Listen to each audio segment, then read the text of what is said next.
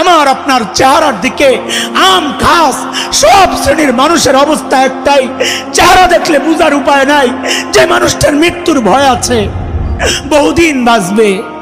আরে এমনও তো হতে পারে এই জায়গায় বহু ভাই আছেন, বহু মানুষ আছেন যার কাফনের কাপড় দোকানে চলে আসছে।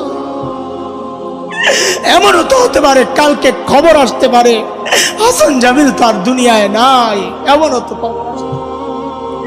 কেন এমন নিশ্চিন্ত হয়ে গেল? চুল পাইকা পাইকা সাদা হয়ে গেছে, গুনাহ ছাড়তে পারি না। দাড়ি পাইকা সাদা হয়ে গেছে, গুনাহ ছাড়তে পারি না। অথচ মালিক ডাক দিয়া বলতেছেন, আলাম ইয়ানি লিল্লাযিনা আমানু আন তাখশা কুলুবুহুম লিযিকরিল্লাহ। আল্লাহর ভয়ে গুনাহ ছেড়ে দেওয়ার, আল্লাহর ভয়ে অন্তরটা কেঁপে ওঠার এখনো কি সময় হয় নাই?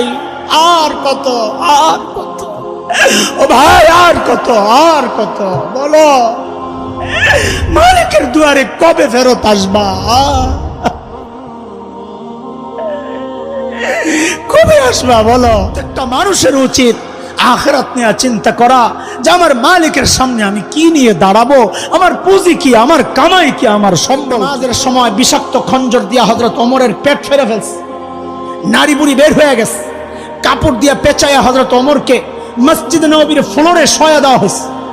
হযরত ওমর বেহুশ, একজনের কোলে মাথা, একটু হুশ ফিরছে, নামাজের খবর নিছেন, একজনের টাকনোর উপরে কাপড় উঠাইছেন, আরো কিছু কাজ করছেন। এর মধ্যেই হযরত ওমর কি ফিকির আখিরাতের, কি ভয় ঢুকছে কলিজায়।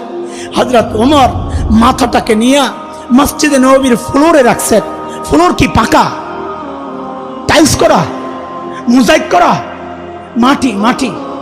অর্ধ জাহানের বাদশাহ, জান্নাতের সুসংবাদ পাওয়া ওমর, নবী যার বাড়িও জান্নাতে দেখছেন, সেই ওমর মুখটাকে নিয়ে জমিনের উপর রাখছেন, গালগুলাকে মাটির সাথে ঘষতেছেন আর কাঁদতেছেন, বলতেছেন, ওয়াইলুল লাকা ইয়া ওমর ইন লাম ইয়াগফির লাকা রাব্বুক।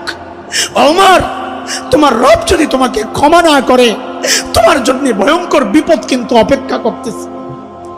ওমরের আখিরাতের এত ফিকির, আবু বকর এত বড় মানুষ, আখিরাতের এত ফিকির।